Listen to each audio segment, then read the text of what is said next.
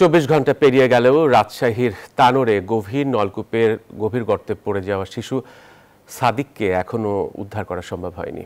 এখনও চলছে উদ্ধার অভিযান। গতকাল বুধবার দুপুর ১টার দিকে তানোর উপজেলার কোয়েলহাট গ্রামে মায়ের সাথে খেলতে এসে গভীর নলকূপের খোলা মুখ দিয়ে ভিতরে পড়ে যায় শিশুটি। খবর পেয়ে দুপুর ১:৩০ থেকে ফায়ার সার্ভিসের একটি ইউনিট ঘটনাস্থলে পৌঁছায়। বর্তমানে ফায়ার সার্ভিসের ৩টি ইউনিট এবং ভেকুর সমন্বয়ে উদ্ধার অভিযান চলছে। ডায়া বিশিষ্ট পাইপের ভিতরে আমরা ৬ ইঞ্চি ডায়া বিশিষ্ট একটা পাইপ ঢুকাই দিয়েছি। এই পাইপটা আনুমানিক ৩৫ ফিট যে পাইপটার নিচে যায় নাই। তাতে আমরা বুঝতে পারতেছি যে কেন পাইপটা গেল না। হয়তো বা বাচ্চাটা সেখানে আটকে থাকতে পারে, বা আমরা এই পর্যন্ত গেলে ইনশাল্লাহ আমরা একটা ভালো কিছু জানাতে পারবো বলে। এ বিষয়ে আরও জানতে এবারে রাজশাহীর তানোর থেকে যুক্ত হচ্ছেন আমাদের সহকর্মী মতিউর মর্তুজা। আপনি গতকাল থেকে সংবাদ সংগ্রহে রয়েছেন এবং গতকাল শেষ রাতেও আপনার সাথে আমার যখন কথা হচ্ছিল আপনি বলেছিলেন যে উদ্ধার কাজ চলছে। আসলে ২৪ ঘন্টা পেরিয়ে গেল, এখন পর্যন্ত কি আপডেট আছে? কোনো প্রতিবন্ধকতা আছে কিনা? কেন শিশুটিকে উদ্ধার করা সম্ভব হচ্ছে না? কি তথ্য আছে আপনার কাছে?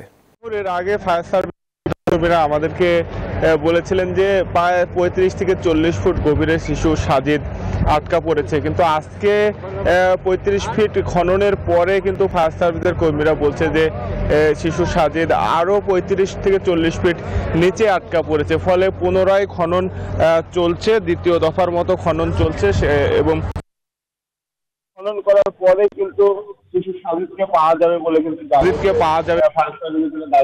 ফায়ার সার্ভিসের দায়িত্বরত কর্মকর্তা রয়েছেন তারা। ফলে খনন কাজের সময় আরো দীর্ঘ হবে এবং আরো দীর্ঘ সময় জানিয়েছেন।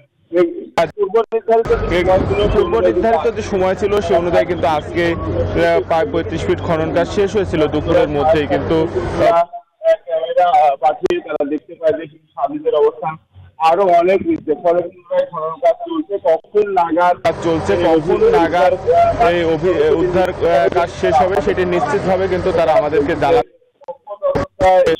অক্ষত অবস্থায় শিশুটিকে উদ্ধার করায় তাদের মূল লক্ষ্য, সেই লক্ষ্যে তারা আপ্রাণ চেষ্টা চালাচ্ছেন। তবে অভিযানের উদ্ধার কাজের অভিযান কখন শেষ হবে